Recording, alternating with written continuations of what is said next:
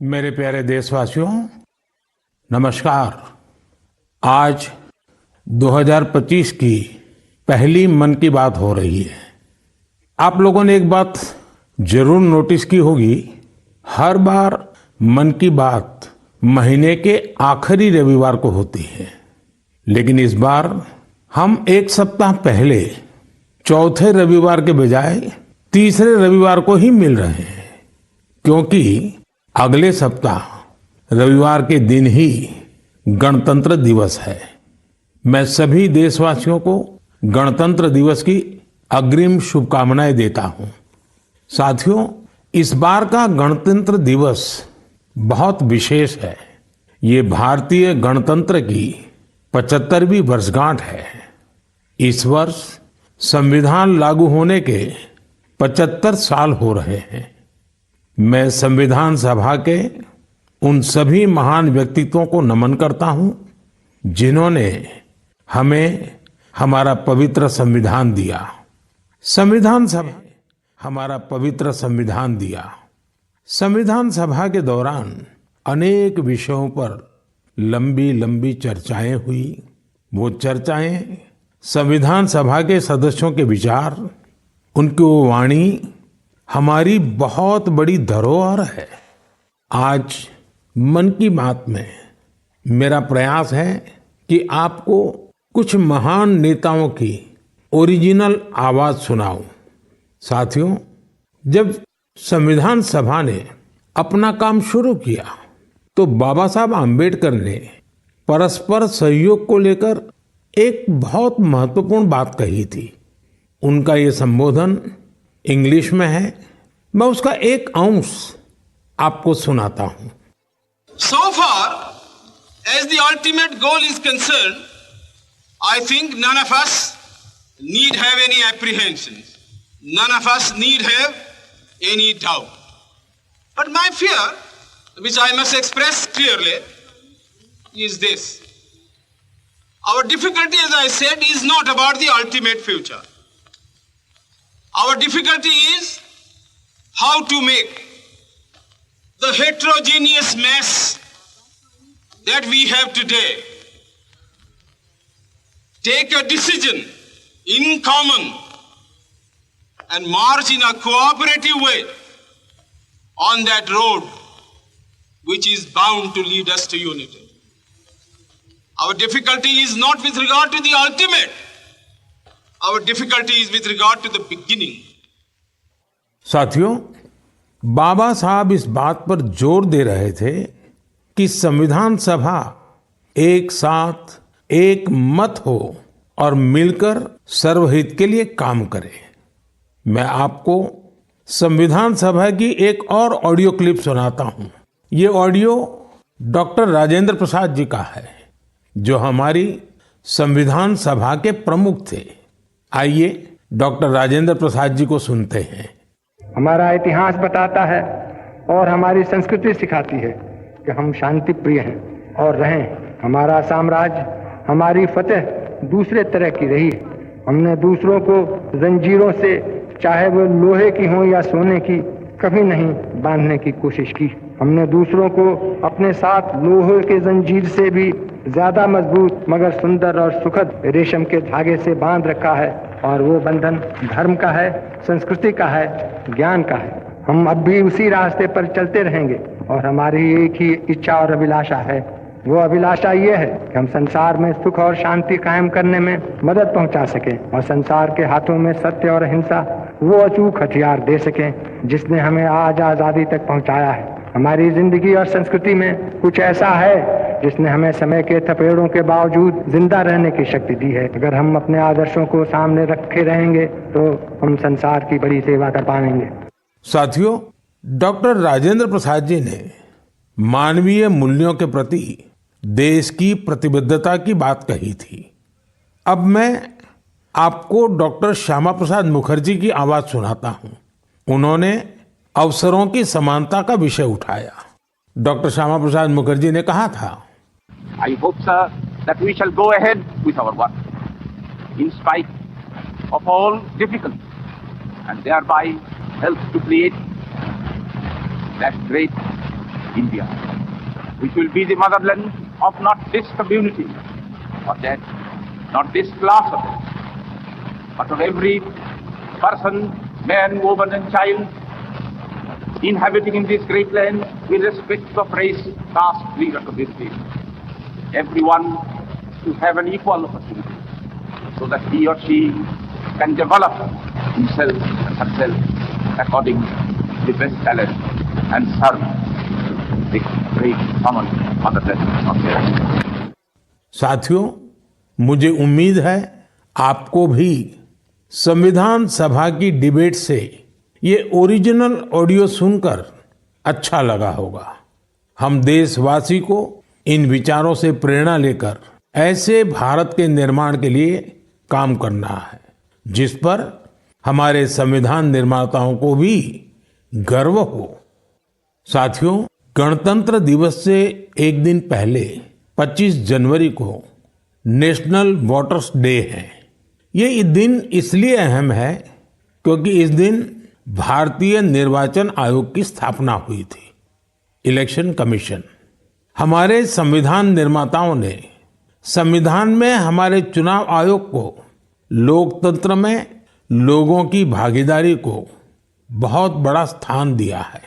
देश में जब 1951-52 में पहली बार चुनाव हुए तो कुछ लोगों को संशय था कि क्या देश का लोकतंत्र जीवित रहेगा, लेकिन हमारे लोकतंत्र ने सारी आशंकाओं को गलत साबित किया। आखिर भारत मदर ऑफ डेमोक्रेसी है। बीते दशकों में भी देश का लोकतंत्र सशक्त हुआ है, समृद्ध हुआ है। मैं चुनाव आयोग का भी धन्यवाद दूंगा जिसने समय समय पर हमारी मतदान प्रक्रिया को आधुनिक बनाया है, मजबूत किया है। आयोग ने जनशक्ति को और शक्ति देने के लिए तकनीकी शक्ति का उपयोग किया। मैं चुनाव आयोग को निष्पक्ष चुनाव के उनके कमिटमेंट के लिए बधाई देता हूं। मैं देशवासियों से कहूंगा कि वो ज्यादा से ज्यादा संख्या में अपने मत के अधिकार का उपयोग करें, हमेशा करें और देश के डेमोक्रेटिक प्रोसेस का हिस्सा भी बने और इस प्रोसेस को सशक्त भी करें। मेरे प्यारे देशवासियों, प्रयागराज में महाकुंभ का श्री गणेश हो चुका है। चिरस्मरणीय जन सैलाब, अकल्पनीय दृश्य और समता समरसता का असाधारण संगम। इस बार कुंभ में कई दिव्य योग भी बन रहे हैं। कुंभ का ये उत्सव विविधता में एकता का उत्सव मनाता है। संगम की रेती पर पूरे भारत के, पूरे विश्व के लोग जुड़ते हैं। हजारों वर्षों से चली आ रही इस परंपरा में कहीं भी कोई भेदभाव नहीं, जातिवाद नहीं। इसमें भारत के दक्षिण से लोग आते हैं, भारत के पूर्व और पश्चिम से लोग आते हैं। कुंभ में गरीब अमीर सब एक हो जाते हैं। सब लोग संगम में डुबकी लगाते हैं, एक साथ भंडारों में भोजन करते हैं, प्रसाद लेते हैं। तभी तो कुंभ एकता का महाकुंभ है। कुंभ का आयोजन हमें ये भी बताता है कि कैसे हमारी परंपराएं पूरे भारत को एक सूत्र में बांधती हैं। उत्तर से दक्षिण तक मान्यताओं को मानने के तरीके एक जैसे ही हैं। एक तरफ प्रयागराज, उज्जैन, नासिक और हरिद्वार में कुंभ का आयोजन होता है, वैसे ही दक्षिण भूभाग में गोदावरी, कृष्णा, नर्मदा और कावेरी नदी के तटों पर पुष्करम होते हैं। ये दोनों ही पर्व हमारी पवित्र नदियों से, उनकी मान्यताओं से जुड़े हुए हैं। इसी तरह कुंभकोणम से तिरुक्कड़ियूर, कुड़वासल से तिरुचेरै अनेक ऐसे मंदिर हैं जिनकी परंपराएं कुंभ से जुड़ी हुई हैं। साथियों, इस बार आप सब ने देखा होगा कि कुंभ में युवाओं की भागीदारी बहुत व्यापक रूप में नजर आती है। और ये भी सच है कि जब युवा पीढ़ी अपनी सभ्यता के साथ गर्व के साथ जुड़ जाती है तो उसकी जड़ें और मजबूत होती हैं और तब उसका स्वर्णिम भविष्य भी सुनिश्चित हो जाता है। हम इस बार कुंभ के डिजिटल फुटप्रिंट्स भी इतने बड़े स्केल पर देख रहे हैं। कुंभ की ये वैश्विक लोकप्रियता हर भारतीय के लिए गर्व की बात है। साथियों, कुछ दिन पहले ही पश्चिम बंगाल में गंगा सागर मेले का भी विहंगम आयोजन हुआ है। संक्रांति के पावन अवसर पर इस मेले में पूरी दुनिया से आए लाखों श्रद्धालुओं ने डुबकी लगाई है। कुंभ, पुष्करम और गंगा सागर मेला हमारे ये पर्व हमारे सामाजिक मेलजोल को, सद्भाव को, एकता को बढ़ाने वाले पर्व है। ये पर्व भारत के लोगों को भारत की परंपराओं से जोड़ते हैं और जैसे हमारे शास्त्रों ने संसार में धर्म, अर्थ, काम, मोक्ष चारों पर बल दिया है, वैसे ही हमारे पर्वों और परंपराएं भी आध्यात्मिक, सामाजिक, सांस्कृतिक और आर्थिक हर पक्ष को भी सशक्त करते हैं। साथियों, इस महीने हमने पौष शुक्ल द्वादशी के दिन रामलला के प्राण प्रतिष्ठा पर्व की पहली वर्षगांठ मनाई है। इस साल पौष शुक्ल द्वादशी 11 जनवरी को पड़ी थी। इस दिन लाखों राम भक्तों ने अयोध्या में रामलला के साक्षात दर्शन कर उनका आशीर्वाद दिया। प्राण प्रतिष्ठा की ये द्वादशी भारत की सांस्कृतिक चेतना की पुनः प्रतिष्ठा की द्वादशी है। इसलिए पौष शुक्ल द्वादशी का ये दिन एक तरह से प्रतिष्ठा द्वादशी का दिन भी बन गया है। हमें विकास के रास्ते पर चलते हुए ऐसे ही अपनी विरासत को भी सहेजना है, उनसे प्रेरणा लेते हुए आगे बढ़ना है। मेरे प्यारे देशवासियों, 2025 की शुरुआत में ही भारत ने अंतरिक्ष के क्षेत्र में कई ऐतिहासिक उपलब्धियां हासिल की हैं।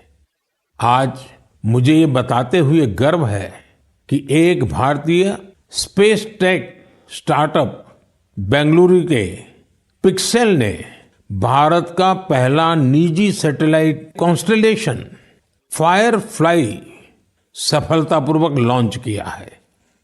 यह सैटेलाइट कॉन्स्टेलेशन दुनिया का सबसे high resolution hyper spectral satellite constellation है। इस उपलब्धि ने न केवल भारत को आधुनिक स्पेस टेक्नोलॉजी में अग्रणी बनाया है, बल्कि यह आत्मनिर्भर भारत की दिशा में भी एक बड़ा कदम है।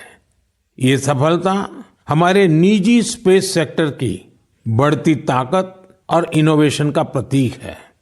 मैं इस उपलब्धि के लिए पिक्सेल की टीम, इसरो और इन स्पेस को पूरे देश की ओर से बधाई देता हूं।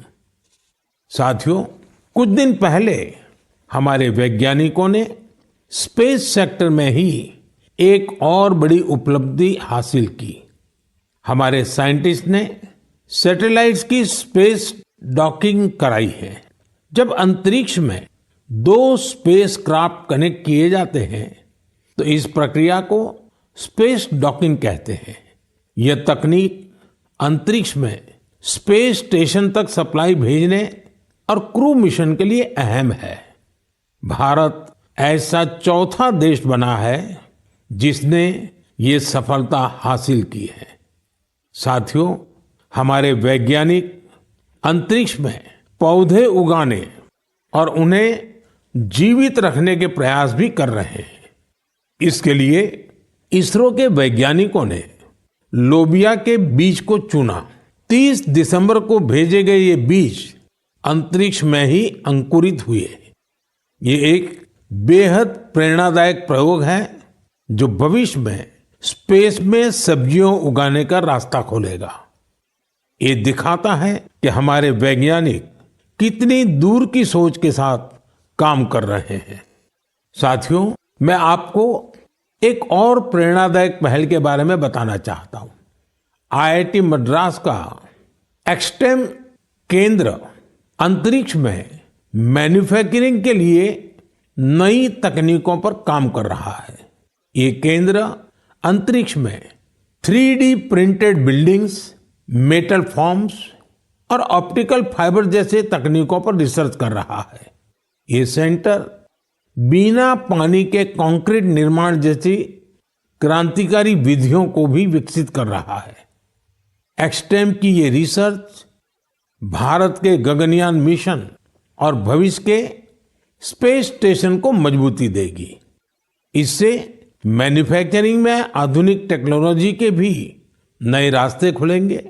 साथियों, ये सभी उपलब्धियां इस बात का प्रमाण है कि भारत के वैज्ञानिक और इनोवेटर्स भविष्य की चुनौतियों का समाधान देने के लिए कितने विजनरी हैं। हमारा देश आज स्पेस टेक्नोलॉजी में नए कीर्तिमान स्थापित कर रहा है।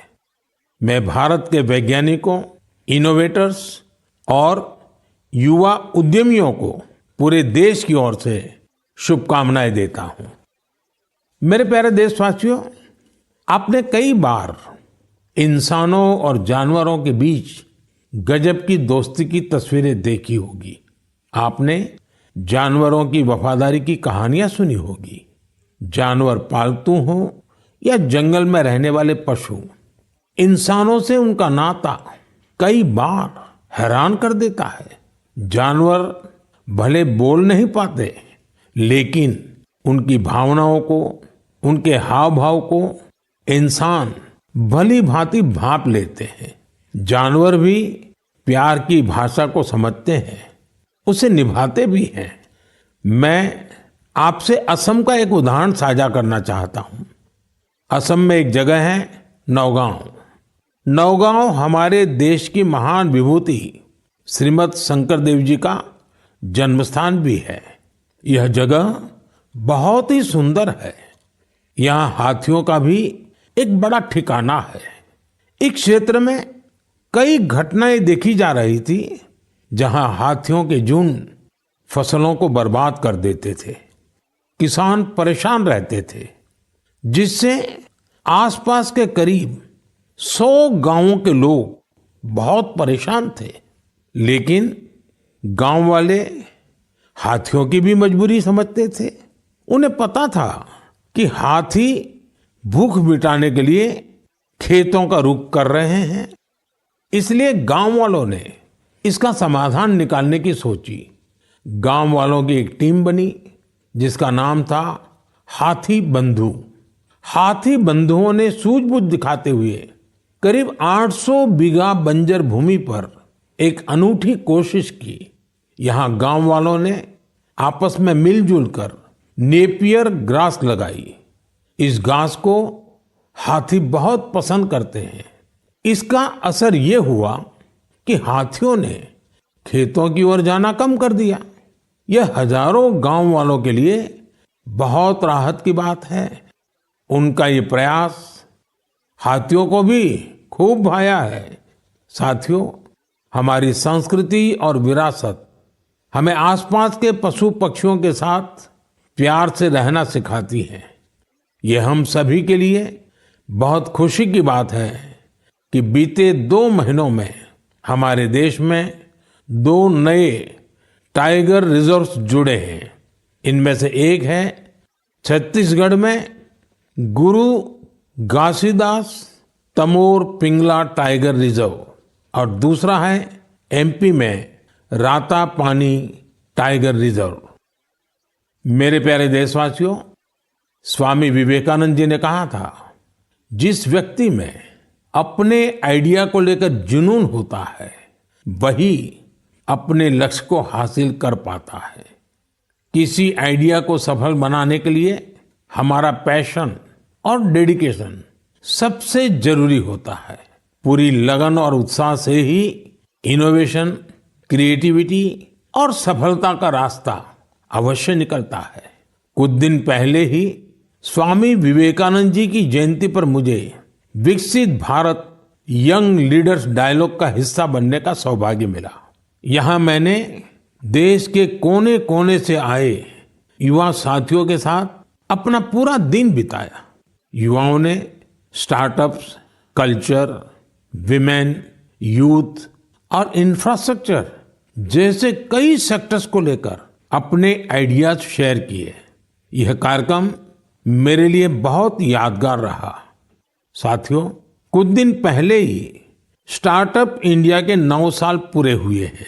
हमारे देश में जितने स्टार्टअप्स 9 साल में बने हैं, उनमें से आधे से ज्यादा टियर 2 और टियर 3 शहरों से हैं। और जब ये सुनते हैं तो हर हिंदुस्तानी का दिल खुश हो जाता है। यानी हमारा स्टार्टअप कल्चर बड़े शहरों तक ही सीमित नहीं है। और आपको यह जानकर हैरानी होगी कि छोटे शहरों के स्टार्टअप्स में आधे से ज्यादा का नेतृत्व हमारी बेटियां कर रही हैं। जब यह सुनने को मिलता है कि अंबाला, हिसार, कांगड़ा, चेंगलपट्टू, बिलासपुर, ग्वालियर और वाशिम जैसे शहर स्टार्टअप्स के सेंटर बन रहे हैं तो मन आनंद से भर जाता है। नागालैंड जैसे राज्य में पिछले साल स्टार्टअप्स के रजिस्ट्रेशन में 200% से अधिक की वृद्धि हुई है। Waste management, non renewable energy, biotechnology और लॉजिस्टिक्स ऐसे सेक्टर हैं जिनसे जुड़े स्टार्टअप सबसे ज्यादा देखे जा रहे हैं। ये कन्वेंशनल सेक्टर्स नहीं है, लेकिन हमारे युवा साथी भी तो कन्वेंशनल से आगे की सोच रखते हैं, इसलिए उन्हें सफलता भी मिल रही है।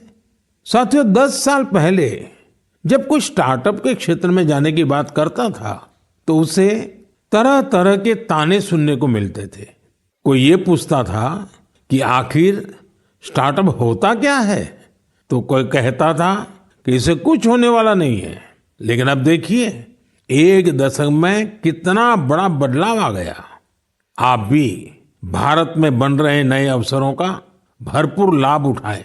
अगर आप खुद पर विश्वास रखेंगे तो आपके सपनों को भी नई उड़ान मिलेगी। मेरे प्यारे देशवासियों, नेक नियत से निस्वार्थ भावना के साथ किए गए कामों की चर्चा दूर सुदूर पहुंच ही जाती है। और हमारा मन की बात तो इसका बहुत बड़ा प्लेटफॉर्म है। हमारे इतने विशाल देश में दूर दराज भी अगर कोई अच्छा काम कर रहा होता है, कर्तव्य भावना को सर्वोपरि रखता है, तो उसके प्रयासों को सामने लाने का ये बेहतरीन मंच है। अरुणाचल प्रदेश में दीपक नाबाम जी ने सेवा की अनूठी मिसाल पेश की है। दीपक जी यहाँ लिविंग होम चलाते हैं, जहाँ मानसिक रूप से बीमार, शरीर से असमर्थ लोगों और बुजुर्गों की सेवा की जाती है। यहाँ पर ड्रग्स की लत के शिकार लोगों की देखभाल की जाती है। दीपक नाबाम जी ने बिना किसी सहायता के समाज के वंचित लोगों, हिंसा पीड़ित परिवारों और बेघर लोगों को सहारा देने का अभियान शुरू किया। आज उनकी सेवा ने एक संस्था का रूप ले लिया है। उनकी संस्था को कई अवार्ड से भी सम्मानित किया गया है। लक्षद्वीप के कवरत्ती द्वीप पर नर्स के रूप में काम करने वाली के हिडुम्बी जी, उनका काम भी बहुत प्रेरित करने वाला है। आपको ये जानकर हैरानी होगी कि वो 18 वर्ष पहले सरकारी नौकरी से रिटायर हो चुकी हैं, लेकिन आज भी उसी करुणा और स्नेह के साथ लोगों की सेवा में जुटी हैं जैसे वो पहले करती थी। लक्षद्वीप के ही केजी मोहम्मद जी के प्रयास ये भी अद्भुत हैं। उनकी मेहनत से मिनिकॉय द्वीप का मरीन इकोसिस्टम मजबूत हो रहा है। उन्होंने पर्यावरण के प्रति लोगों को जागरूक करने के लिए कई गीत लिखे हैं। उन्हें लक्षद्वीप साहित्य कला अकादमी की तरफ से बेस्ट फोक सॉन्ग अवार्ड भी मिल चुका है। केजी मोहम्मद रिटायरमेंट के बाद वहां के म्यूजियम के साथ जुड़कर भी काम कर रहे हैं।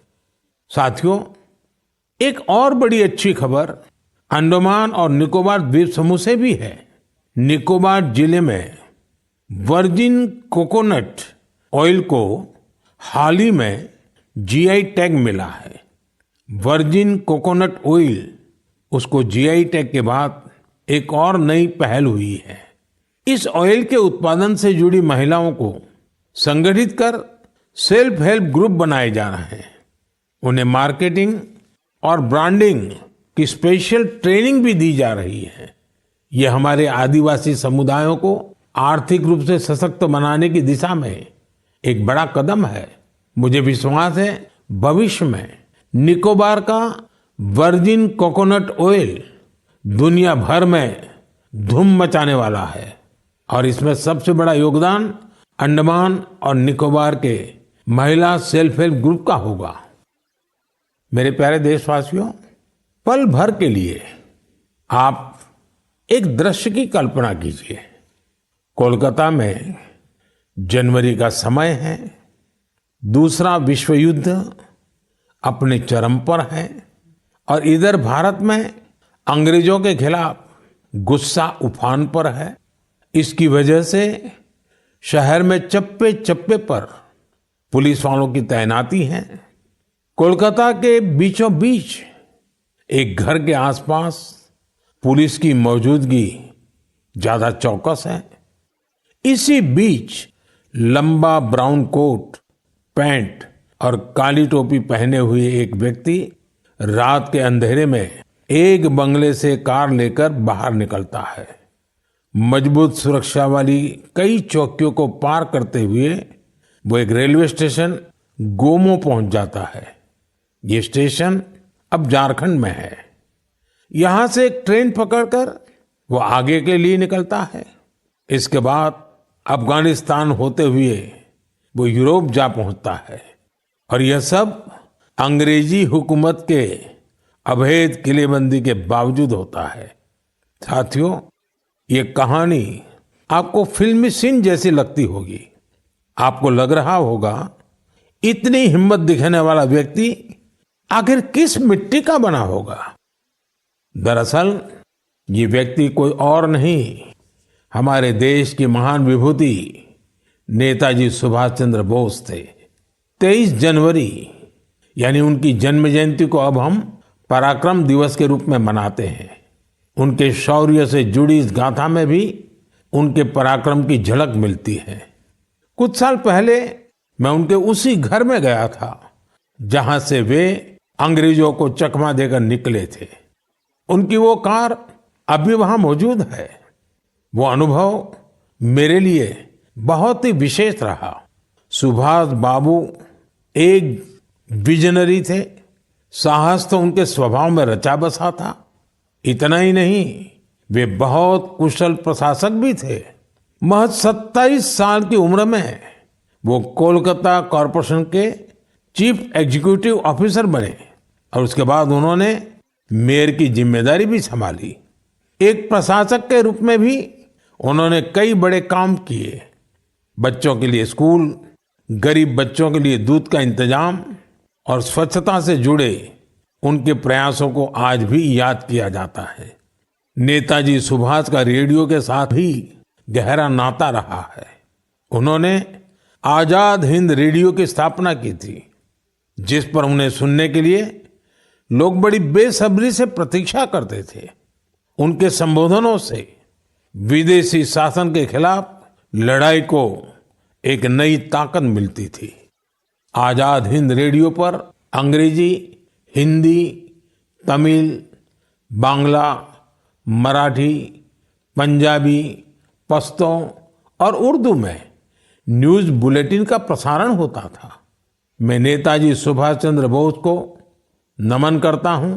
देश भर के युवाओं से मेरा आग्रह है कि वे उनके बारे में अधिक से अधिक पढ़ें और उनके जीवन से निरंतर प्रेरणा लें।